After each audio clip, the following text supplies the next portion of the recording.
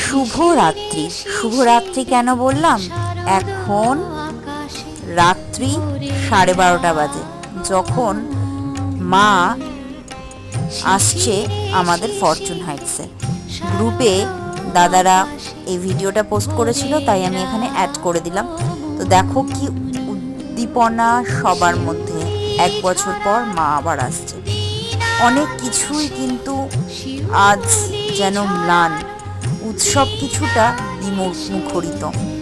অবশেষে মা এসে গেছে, অনেক অরূপ প্রেরণায়, অনেক বাধা ঝঞ্ঝা পেরিয়ে মা এসেছে।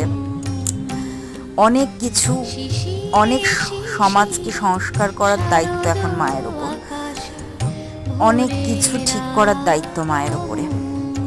তো দেখো মা অবশেষে নিজ স্থান গ্রহণ করবে। বলো দুর্গা মাই কি জয়।